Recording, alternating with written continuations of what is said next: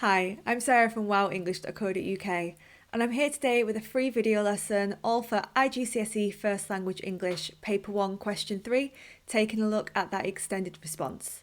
Today we're going to have a look at specifically the reading side of this question, and you can access my completely free online course in which I take you through all of Paper 1, including having a look at the writing techniques for the 6 different text types that could come up. That is all down in the description. You can head on over there. It's completely free, as I say. There's free videos, there's free worksheets, there's free quizzes and resources for every single lesson. I think in total there's over 6 hours worth of video lessons there for you to get your teeth stuck into.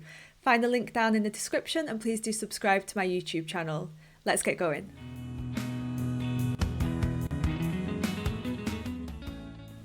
So this worksheet that we're going to use today can be found on my website wowenglish.co.uk and it looks like this. I will be referring to it throughout this video lesson, so make sure that you download it because it will help to guide you through today's lesson. Let's begin. So we are looking at question 3, the extended response, which is the final question on your paper 3 that is worth a total of 25 marks. You get 15 marks for reading and 10 marks for writing. Today we're going to focus on those reading marks. Here is what the mark scheme looks like then. So looking first of all at writing, in which there are 10 available marks.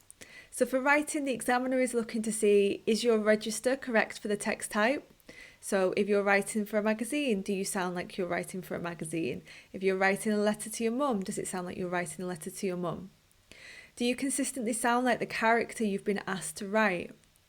Do you have interest in language, such as precise vocabulary and different sentence types? Do you paragraph correctly? And is your spelling, punctuation and grammar usually correct? Reading then is worth 15 marks.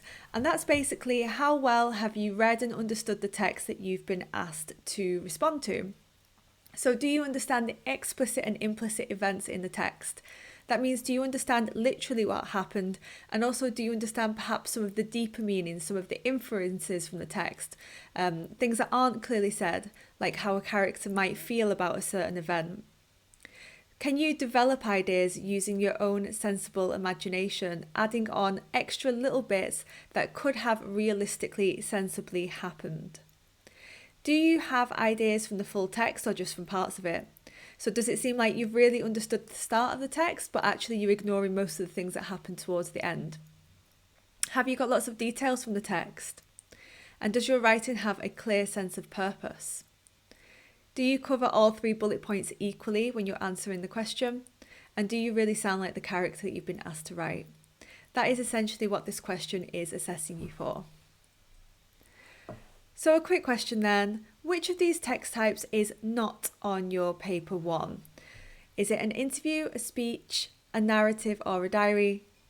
10 seconds, what do you think?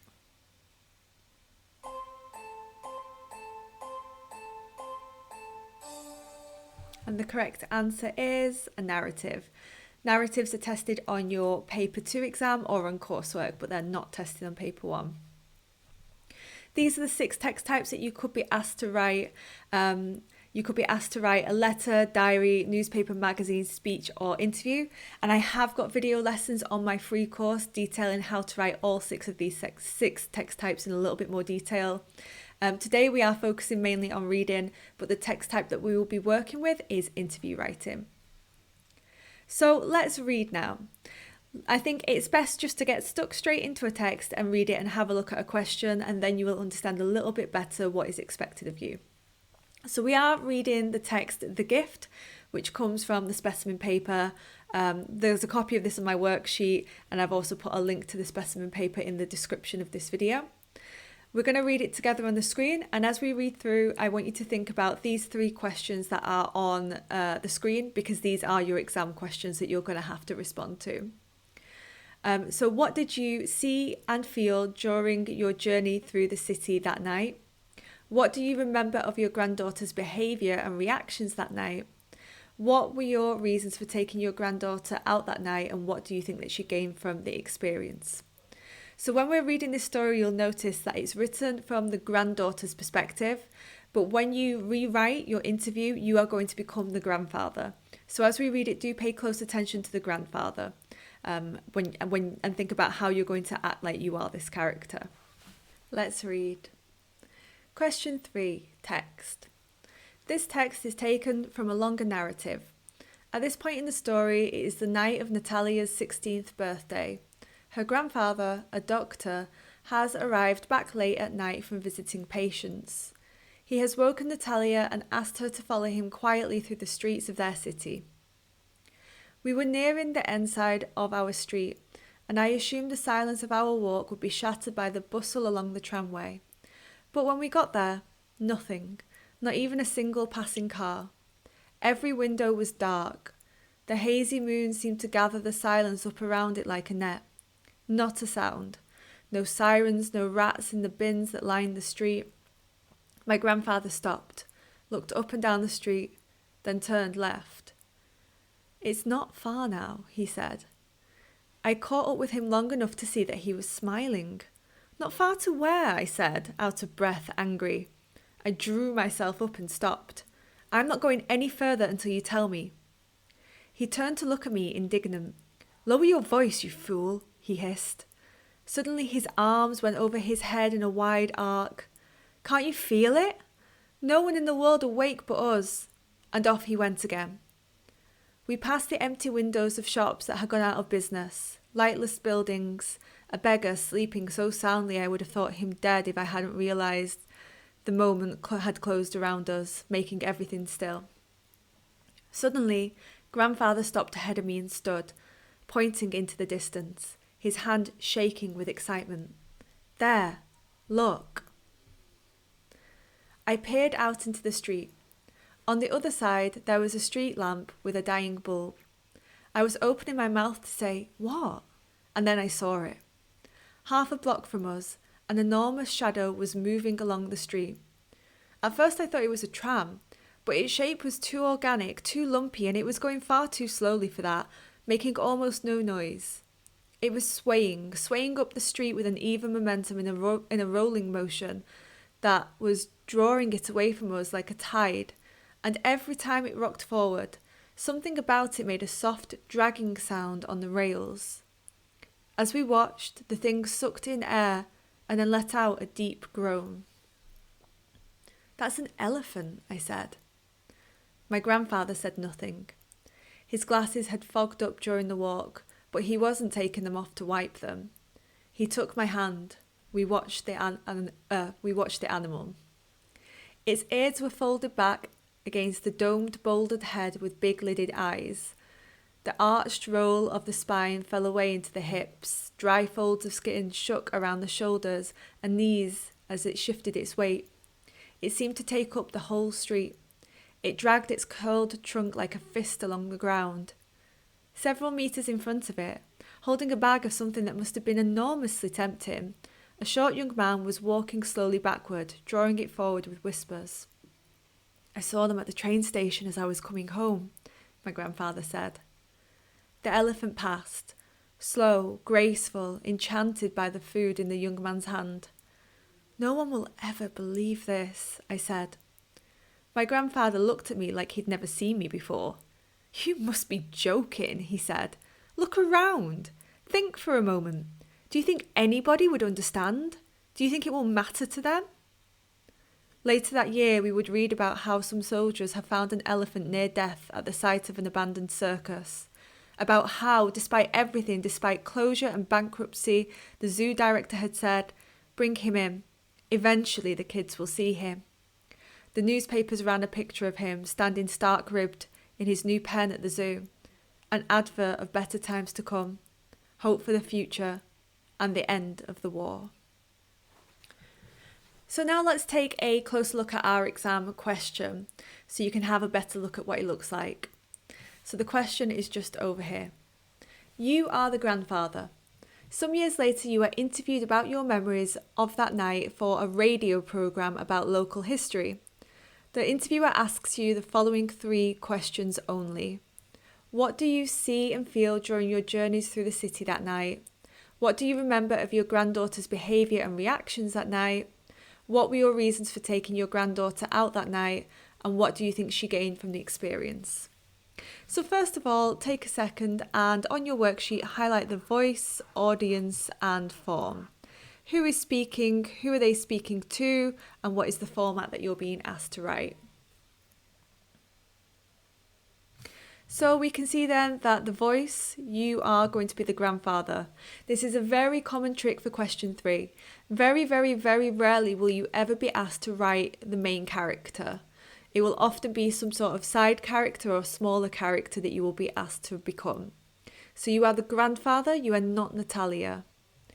Who is the audience? Well, the audience is going to be people who are listening to this radio show about local history.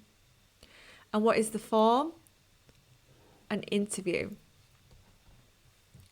So this is really important that you double check this before you start reading, because if you don't get the voice, audience and form right, then you're not going to get a very good reading mark. You're not going to answer the question successfully.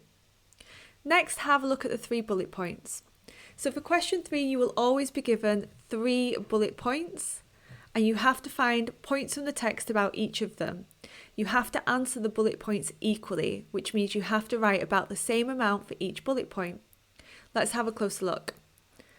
So the first one is basically asking you a summary of what happened. So what did the grandfather see and what did he feel?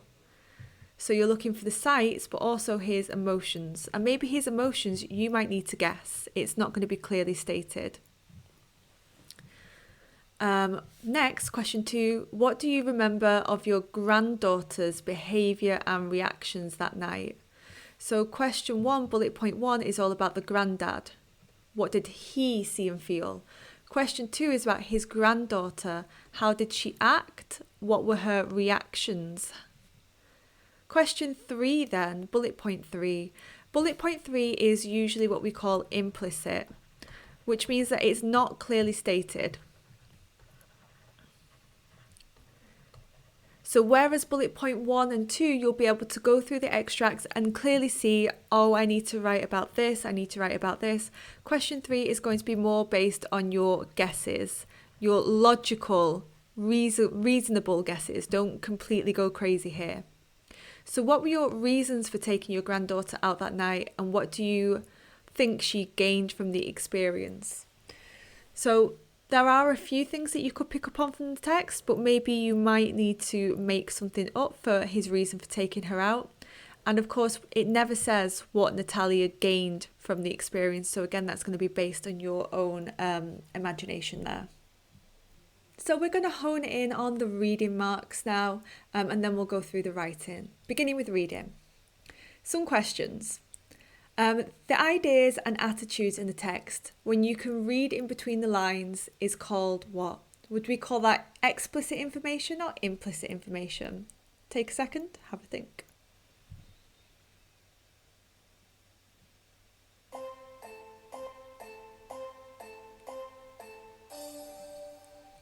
So the correct answer is implicit information. So implicit information is anything that is not clearly said in the text, something that you need to read in between the lines to figure out, things such as ideas or attitudes. What do I mean when I say read in between the lines? Well, if you imagine here are the lines of a text. So these are the things that are clearly stated, right? The things that are said on the line. The thing in between the line is the thing that's not clearly said, but that the author is trying to hint at or make you guess. So hints, clues, things that are not clearly stated. What do you think that this is then? The stated information and facts in a piece of writing, are they implicit or explicit information? Have a think.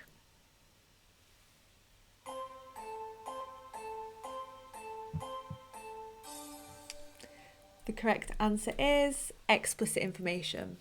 So explicit information just means clear facts that the writer says. So for example, an explicit fact in the text, they see an elephant. It is Natalia's 16th birthday. She is going out walking the streets at night time with her grandfather. Those are clearly stated facts that nobody could argue with because the author just writes it. It's simply said in the text. That is explicit information. Let's practice analysing explicit and implicit information in a little bit more detail, having a look at this image. So you can see here you've got this image. I'm not going to talk about it because I want you to think what you see. But I want you to figure out what implicit ideas can you figure out from this image. So what could you guess about the backstory, what might have happened before, the reaction of the grandmother, the old lady. There's no evidence there to see that she is a grandmother. That's something implicit that I might have picked up on. So what can you figure out about her reactions or the reactions of those around her? How might she be feeling? Why might this be happening? And how might this be happening? Take a second and pause the screen. Have a little think about these questions. Let's have a little talk through then. So we can see over here that she has got a gift. So from that, maybe we could figure out it might be her birthday. The fact that it's not in Christmas wrapping paper, it's in like pink and blues. That's what's making me think it's a birthday gift. But it could also be a Mother's Day gift or some sort of anniversary. We don't know. But I think it's quite clear that it's not a Christmas gift. We've got an older lady surrounded by younger people. It's not clearly said, it's implicit, but this could be her children. This could be her grandchildren. Child, and she could be a grandmother. Again, we don't know. The backstory. So she seems to be a little bit upset. It looks like she's wiping away a tear. That's explicit. But the implicit might be that she's very touched, that it was a meaningful gift. Maybe it's something that she always wanted. That could be a backstory.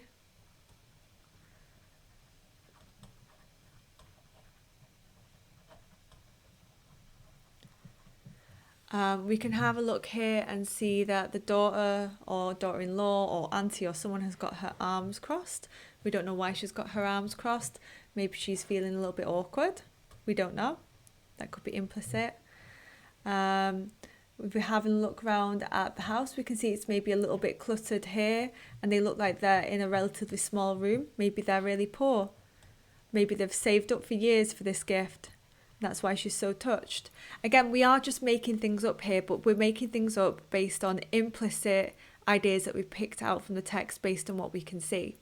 So that's what I mean when I'm talking about implicit ideas. It's making reasonable guesses, reasonable assumptions based on evidence that you can see in the text. Let's try and do the same thing now with a small paragraph from the extract that we read. So as we read through it, I want you to think, what implicit ideas can you figure out from this quote? Thinking about backstory, reactions, feelings, why and how. I caught up with him long enough to see that he was smiling. Not far to where, I said, out of breath, angry. I drew myself up and stopped.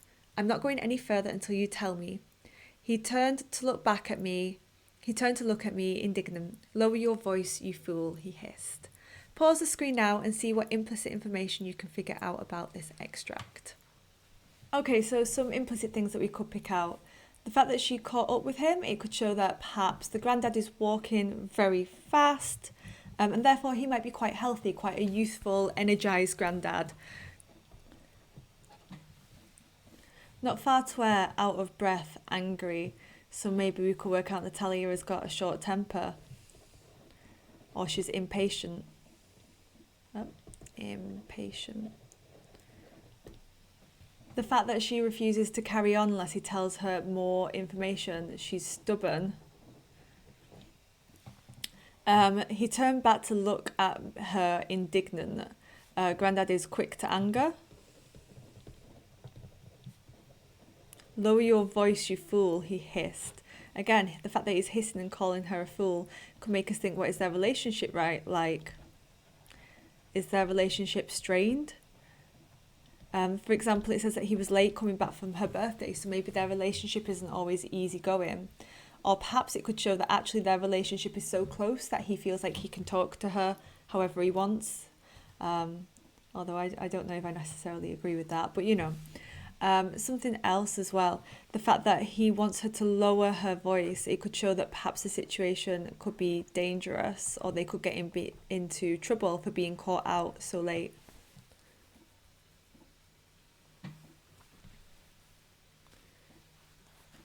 So these are all implicit ideas that we could work out from the text. And this is essentially what your question 3 is testing you on when you're looking at reading marks. So for the explicit information, do you know that Natalia had to chase after grandfather and he told her to keep her voice quiet? That's explicit. That will probably get you a C grade, maybe a B grade. But if you're looking at A's and A stars, then you need to be able to pick out this implicit information, the things that the text doesn't say, but that you can figure out, kind of like being a detective. And so if you manage to figure out some of these points here, then you would be getting higher reading marks. For question 3 reading, you essentially get marks for these 3 areas. So you get a mark for content points, details, and development. Let's go through it. Content points are essentially your answers to the bullet points. Remember, you get asked the question with the 3 bullet points. So essentially, any time that you successfully answer that question, that is a content point. So you can think of a content point as the answer to the question. For example, when it says, what did you see that night in bullet point 1, then the content point and answer would be, there was an elephant at the station.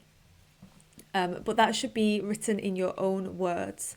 So for any content points, it has to be in your own words. If you copy from the text, you can't get credited for a content point for that. Next is details. And details are essentially the explicit information in the text. The what, who, where, and when from the text. So for example, an example of a detail in the text would be the fact that it was late. It explicitly says that in the text. So when you answer this question, you're trying to make sure that you also get lots of facts, lots of bits of information from the text as well to support your answer. If you do both of these 2 things, the content and details, and you do them successfully, then you can be looking at a relatively good grade, a C, even all the way up to an A, depending on if you get enough content points, but really this is a C to B skill. To get an A or an A star, then you need to be doing all 3 of them. So the final one is development. And development is when you develop the implicit ideas. So it's essentially developing feelings of a character or reasons why someone did something. So your own imaginative ideas. But notice that you can't just do this by itself. If you develop and really go off in a tangent and make up your own story about Grandad and his life and the way that he feels, but you don't get content points and you don't get details, then you're not going to get a good mark at all. All 3 have to be there in order for it to work well together and for you to get a high mark. So you're looking at, have you answered the question? Have you got explicit details from the text? Have you picked up and developed the implicit ideas in the text? That is what question 3 is marking you for on the reading mark scheme. My advice for developing ideas then.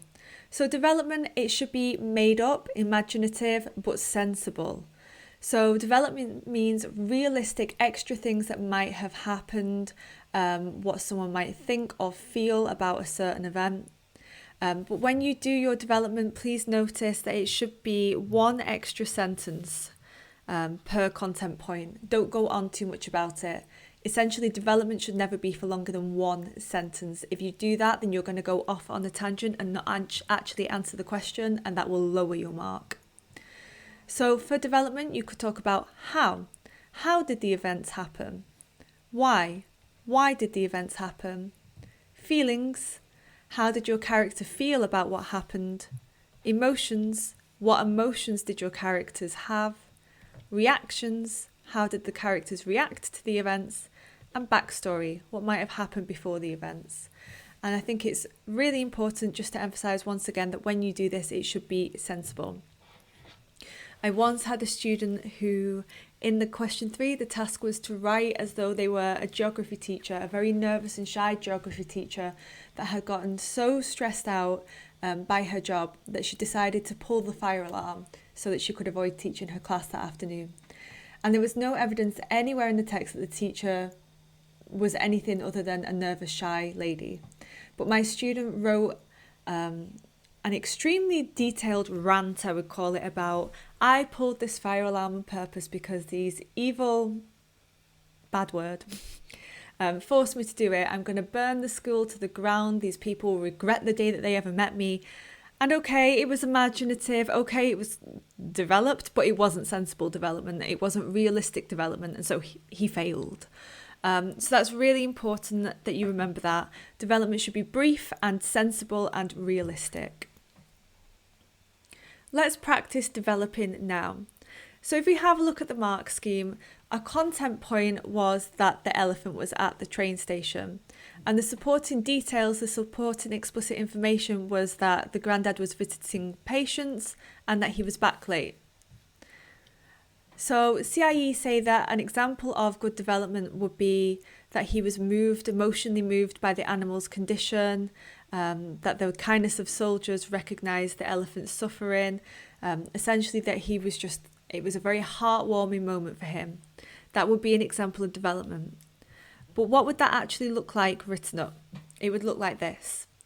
I couldn't believe what I saw there so late at night. There's a detail.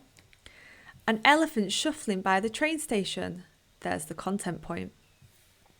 It was a terrible sight to see such a magnificent creature so withered now, but I was heartened to see how kindly the soldiers treated it. This down here is your development. So that is an ideal answer right there. It's just one content point. You would need to do this 3 times in one paragraph, but this is what it would look like. Now let's try it for yourself. So the mark scheme, the content point was the fact that it was silent or noiseless. The explicit details were that there were no sirens going off for once. And the development that CIE say that you could write is that it was peaceful and calm. There's a space in your worksheet now. Pause the screen, write 2 sentences that develop this point, and then come back and we'll have a look at an example. Let's have a look at an example now. It was totally silent right there. There's my content point. The sirens for once had stopped blaring, my detail. Rarely had I heard the city so peaceful, so calm, and I felt like I could finally breathe for the first time since the war. All down here is development. And in fact, you would get a detail for mentioning the war because it mentions the war in the last paragraph. Another chance now. So this time I'm not giving you any details or development. You'll have to go back to the extract to see if you can figure out what you would write here. The content point that I want you to write about is the fact that the streets were empty and there was no one around. Go back to the extract, see what details you can find about this, and then have a think, how would you develop this point? There's a space in your worksheet, pause it now and have a go at doing that. Okay, so CIE say that you could say these things. The details from the extract were the fact that there was nothing happening and there were no people or traffic on the boulevard. Those were the explicit details that you could have found in the text. For development, CIE suggested that you could say that the streets were soulless or that there was no life anymore. So here's an example of what this could look like. There was no one hanging around the station. That is an answer, a content point. Usually there were always hooligans. This could be some development. But I found that I missed the sight of people, of traffic. Detail. The whole place suddenly felt rather soulless. Development. There's an example, and we've got one final chance to have a go. So the content point, the answer is that Grandad felt excited. Go back to the extract and see if you can find details, explicit information that shows you that Grandad was excited, and have a think at how you could develop that. Pause the screen now, go back to your extract and then write your sentences. Have a go. The mark scheme then says that for details, the explicit information you could have had is the fact that Grandad's hands were shaking and his glasses were fogged up. For development, here it's a Y, so you could say that Grandad had been eager to get there quickly or that he didn't want to miss the elephant. And this would look like this. It was the most excitement answer I've had in 40 years. That could be development, I think. My hands were shaking, details, and my glasses were all foggy. I should have taken it slowly, but I wanted to see the elephant, development. I haven't seen one since I was a boy at the travelling zoo with my pa, development. So that is an example, our final example. Question. Which of these is best suited to finding implicit details? Is it the who, the what, or the emotions? 10 seconds, have a think.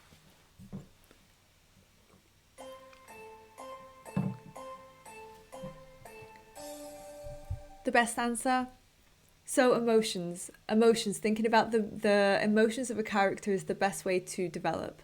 The who and what tend to be explicit, factually stated details from the text. Which of these is best suited to explicit details? Is it reactions, why, or where? 10 seconds, have a think.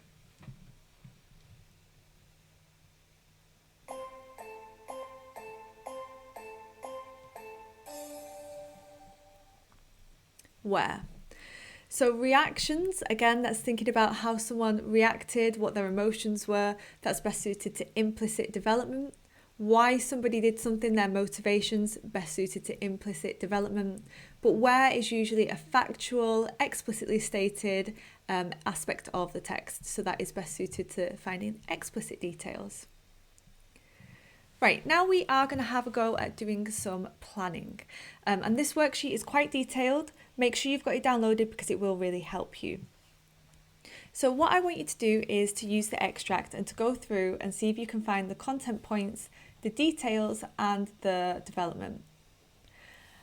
So reminder that content point means summarising the details using your own words, and it must not be a word from the text. Details are explicit information in the text that you could copy down because the text simply states it. And development means developing implicit ideas or attitudes with your own imagination realistically. So for bullet point 1, A1, the journey through the city that night, what he saw and felt. You have got most of the content points already filled in for you. So you need to go away and try to figure out what this last one here is. And for these two, signs of neglect and poverty, magical and surreal, you need to go through the text and find the explicit details. And then for the last 3 parts here, you need to add in your own development. So pause the screen now, go over to your worksheet and back to your extract. Can you do this first section? Here are the answers then. So for the second one, the answer was empty streets, no one around. And we know that because there was the point that nothing was happening, there were no people, no traffic, and you could develop that by saying that the city felt so soulless and dead. For signs of neglect and poverty, these are the explicit details that you could have gotten. The fact that there were empty shops, the beggar was asleep, the bin was overturned, and there was a dying streetlight. All of those things show neglect, poverty. For the fact that it was magical or surreal, the detail was hazy moon.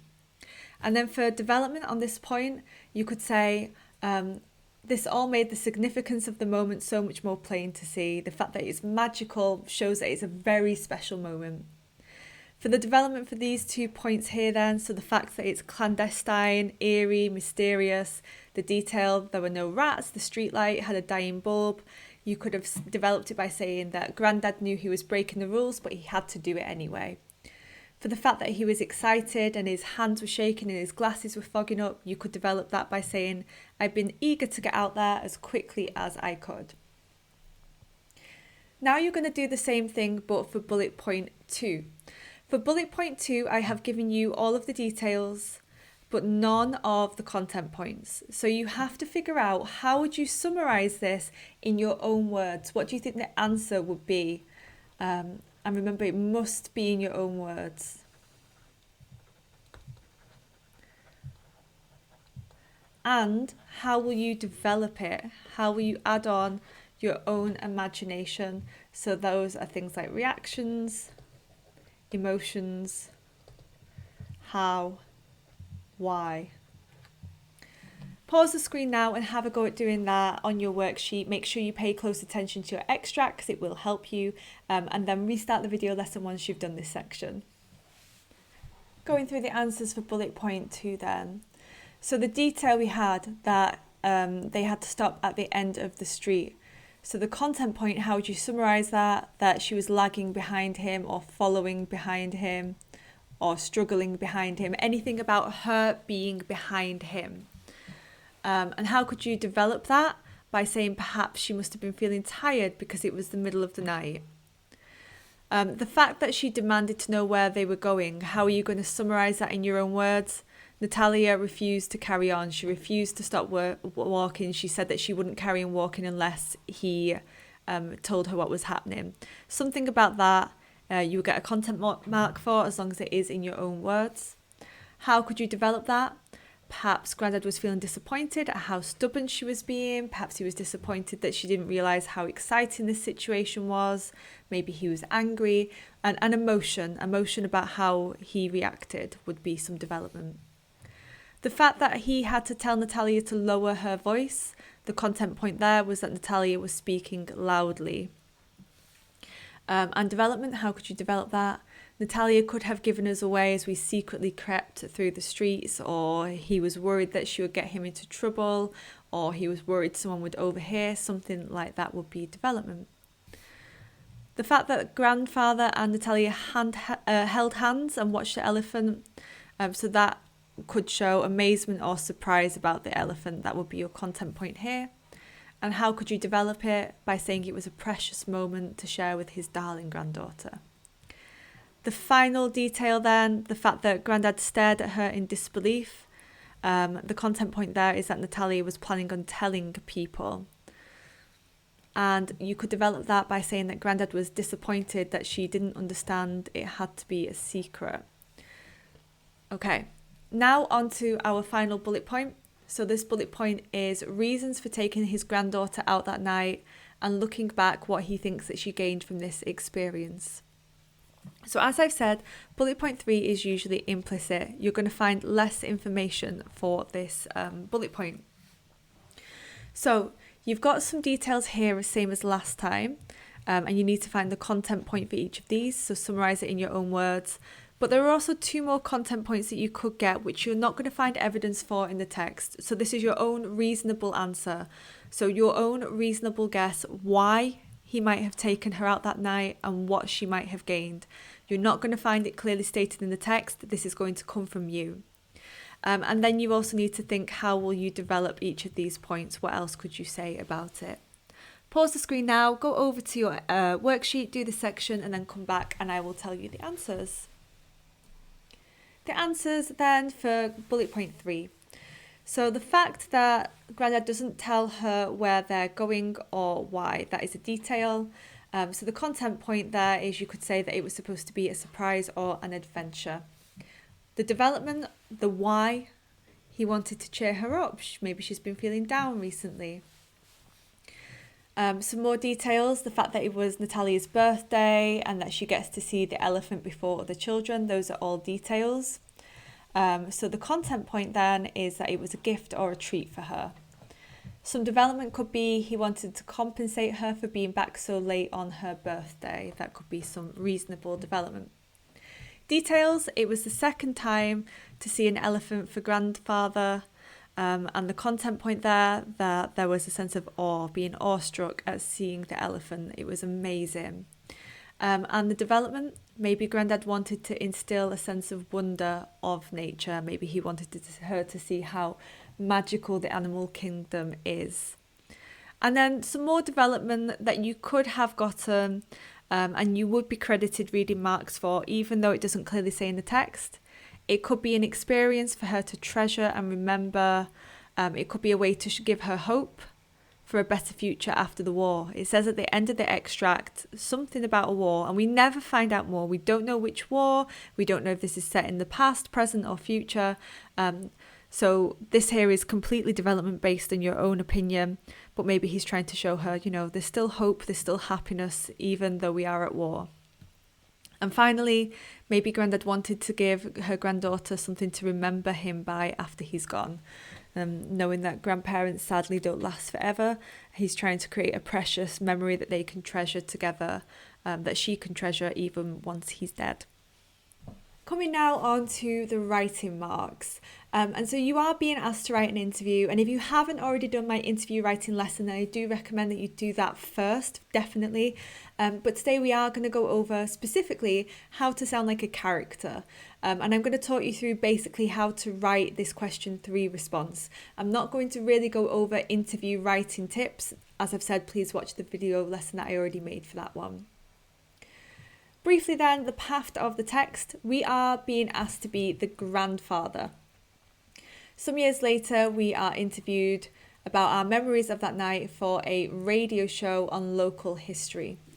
So the purpose, what is the purpose of our text? It is to inform about our memories of that night. Who is the audience? A radio audience interested in local history, therefore might be more serious, might be older people. The format that you're being asked to write in is a radio interview, and the tone is going to be a grandfather talking to a radio audience. So it's going to be relatively formal, maybe a little bit wistful, a little bit reflective, a little bit nostalgic. That is the tone that we're going for. Question now then, you're being asked to be a grandfather. What type of language or phrases or topics would a grandfather usually use and talk about? Take a second, there is a space in your worksheet. Write down some words or phrases that you think an older man might use. So it could be slang, but it could also be like generic things that grandfathers or grandparents always say, like back in my day, blah, blah, blah. Back in my day, I had to walk 5,000 miles to get to school, carrying 6 children on my back as thunder struck me in the face. You know, I feel like lots of grandparents often go with that line. Pause the screen now and go over to your worksheet, make a note down of any granddad language. Here are some of my ideas for granddad language ideas. You can add them onto your worksheet and use them in your writing. I think it would really improve the quality of your writing. So I categorise them. So the first category is young uns, meaning young people, young ones, young uns. So the kinds of things that grandparents might say about younger people. Kids these days don't know how to follow instruction. Kids these days are so cheeky. Back in my day, we never would have refused to go where our grandfather told us to go. Kids nowadays don't understand blah, blah, blah. Back in my day, back when I was a boy, blah, blah, blah. Back in the good old days, everyone always thinks that when they were younger, that those were the good old days. Like, no, grandma, people were really racist and things weren't as good as you say, but fine. And then back when my granddaughter was just an ankle biter, that is a slang for a young child. Because if you think about children, they're so small that they could bite your ankle. They're close to your feet. So you can use some of this slang. My grandparents use this phrase, ankle biter. Then the fact that the granddad is speaking on a radio show. So you could talk about your listeners when you're talking to the radio show presenter, the radio host. Your listeners probably already know blah, blah, blah. Your listeners probably already know that elephants and zoos were rare during the war. Something like that. Phrases related to being old. I'm no spring chicken. That means I'm not young. A spring chicken, a chicken born in the spring early in its life. Old fogey, which means old people. Granted, I'm long in the tooth now. That's another idiom that means you're being old, because as animals get older, their teeth get longer. And just a general old people phrase, my knees are hurting a bit. Sorry, grandma, granddad, if you're listening. And then finally, some general slang that I hear my grandparents using, so old people slang. My bonny granddaughter, bonny meaning pretty, beautiful. Fun fact, my grandma once commented on my father's Facebook. He put a picture of himself up when he was younger and she commented saying, oh, what a bonny boy you were, or something like that. And he misread it. He thought that she said bony. And he got very offended thinking that she was calling him skinny, but she was saying bonny. That caused an actual relatively serious argument between misreading bonny and bony. And her peepers, her eyes. Her peepers look like they pop out of her head. So peepers meaning eyes, and that's some old-fashioned slang. Maybe you can think of some more old-fashioned slang that your grandparents say. If you can, please add it into the comments. I'm sure other people would love to use it in their writing too. And now let's have a look at an example. And I'm going to ask you to highlight the content points, tick the details, underline the development, and circle any grandad language. As me and my bonny granddaughter journeyed through the silent city, I wondered at how peaceful and silent the streets were. The sirens for once had stopped blaring. Rarely had I heard the city so peaceful, so calm, and I felt I could breathe freely for the first time since the war. It was magical, surreal, with the hazy moon our only source of light. It was the most excitement I've had for 40 years. My hands were shaking and my glasses were all foggy. I should have taken it slowly, but I wanted to see the elephant. I haven't seen one since I was a boy at the travelling zoo with my pa. Though the streets are no longer as clean as they once were, neglected by our government, I enjoyed taking my darling girl to see a wonderful sight, an elephant at the train station. The gorgeous beast was withered and starved. It nearly broke my heart, but I was glad to see the soldiers treating it with great care. Take a second, pause the screen, go over to your worksheet. Can you highlight the content points, tick the details, underline the development, and circle the granddad language? Let's go through it together then. So the yellow bits are the content points. So we have got the fact that it was silent, that it was magical, that he felt excitement, that the streets were neglected, and that they saw an elephant. The details are things like the sirens had stopped blaring, the fact that there had been a war, the fact that there was a hazy moon, that his hands were shaking and his glasses were foggy, that the streets were not clean, that the elephant was withered and starved, and the fact that there were soldiers. The development are the parts that are underlined. So we have got the fact that he could breathe freely for the first time. That is some development right there. That it was the most excitement he'd had in 40 years. That he hadn't seen an elephant since he was a young boy with his pa. And that the government is neglecting the cleanliness of the streets. And finally, that he was glad to see the soldiers treating the elephant well. Grandfather language might be things like bonny granddaughter, his pa rather than his father, as they once were back in my day, and maybe he should have taken it slowly, his knees were hurting. So those are some bits there that make it sound a little bit more like a granddad.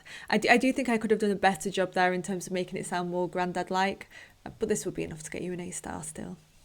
Now coming on to my tips and tricks for writing this question, and there is a space in your worksheet for you to make notes. So when you're writing your interview, do write it down like a script. So you will literally write interviewer, colon, and then copy down the question. So you should copy down exactly the question that CIE give you. Don't change the questions and don't add extra questions. You only need to ask those 3 questions. And in fact, if you ask more than those 3 questions, then you're likely to lose reading marks because you'll lose focus on actually what the exam question is asking you to do. So strictly only answer those 3 questions and don't add more. And you can make up a name for the granddad and for the granddaughter's surname if you wanted to. So it doesn't ever say the granddad's name. You could just write granddad, that would be fine. But my granddad's called Terry, so I called him Terry. You should make sure that you write about each bullet point equally. So write 3 paragraphs, and each paragraph should be roughly equal in length. If you don't do that, you're not going to be able to get a good reading mark. You will be penalised, which means you will lose marks if you don't talk about one paragraph for long enough. You need to have, I would say, a decent amount of content points for each bullet point. Aim to get around 4 to 5 different content points for each bullet point. Although you only need to get 3 for each bullet point to get the top mark, but you're not going to know what the correct answer is. So if you aim to get 4 to 5, that leaves you with enough free space. And your paragraphs should be about as long as my example answer that I just showed you. So each paragraph should be about this length.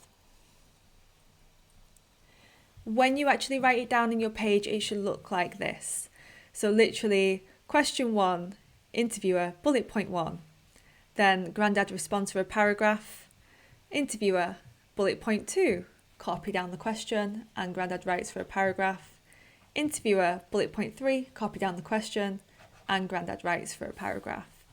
And notice these are equal in length. They are the same size. What students often do is they write a lot for bullet point 1, a medium amount for bullet point 2, and a tiny amount, sometimes just 2 or 3 sentences for bullet point 3. And I know it's because you've run out of time, I know it's because you're panicking, but if you do that, there is no way you're going to be able to get the top marks for this question because you're simply not going to hit enough content points, you're not going to hit that reading mark scheme. So make sure you plan well ahead of time and think, okay, I'm going to spend 10 minutes writing bullet point 1, 10 minutes writing bullet point 2, 10 minutes writing bullet point 3, and divide your time equally and fairly between the 3 bullet points. Every bullet point is as important as the other one. So don't think, oh, bullet point 3, there's not as much to say, so I'll make that one shorter. No, you can't do that. You have to write about all 3 bullet points equally. How long should it be? A question my students often ask. Well, it varies. It varies from person to person. It varies on the size of your handwriting. But generally, I would expect to see about 2 to 3 sides of handwritten work. More doesn't always mean you're going to get a better grade because you could write an absolute load of twaddle that's not relevant and get a really bad mark. Equally, you could write 1.5 sides, but you're hitting the mark scheme all the way through. So don't think just because you're writing more, that's a better answer. That's not necessarily true. But generally, this is about how much I would expect to see an A or A star student write. This is pretty normal. You can see here that the question actually takes up half of the page. So this is probably about 2 pages handwritten. That's about how much. CIE say somewhere on there, I think that it should be between 250 and 350 words. That doesn't matter. They don't count it. If you write more, you don't get penalised. Don't worry about the amount of words, essentially. Ignore that part. It doesn't matter. Examiners will never read the amount of words that you write for question 3. It's not relevant. They wouldn't do that. So you don't worry about it either. Write as much as you need to in the time that you've got to answer that question. Okay, so now you have got time to write. My general advice, make sure that you don't write an introduction or a conclusion. You don't need to.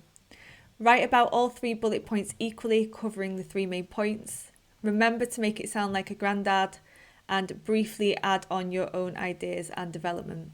And remember that it should be around 2-ish sides handwritten. Once more, let me just show you this. This is the structure that you should be writing in. Okay, so I want you to pause the screen now, go away to your worksheet and write your answer. After you've done that, come back and we'll mark them together.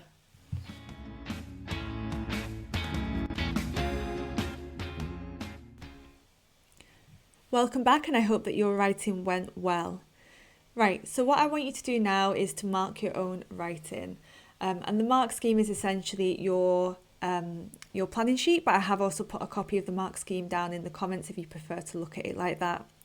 So go through your work and tick wherever you've got your content points, check the mark scheme. Put a star next to your details, again, check the mark scheme. And write development, DEV, dev for development, next to where you think you've got some development in. Make sure that it is realistic and short, that is your own imagination. Underline any words that you think sound like a granddad, so any slang or phrases that make your character sound like an old man. Circle your favourite sentence and explain why this is your favourite sentence. And double check for me, did you use 3 paragraphs? Did you remember to split your answer into 3 equal paragraphs, 1 for each bullet point? I'm just going to flash the mark scheme up on the screen just in case you can't be bothered going over to... I'm just going to flash the mark scheme up on the screen now just in case you don't want to download the file. You can just pause the screen. So here is for bullet point 1. Here it is for bullet point 2, and here it is for bullet point 3. Thank you for joining me for this video lesson. If you've got any questions, go ahead and leave a comment down below. Don't forget to subscribe to my YouTube channel, and remember that I have got a full free course for the whole of paper 1. The link is in the description, or you can find it on my website wowenglish.co.uk. I hope that you'll join me again for more IGCSE video lessons. Until next time, goodbye.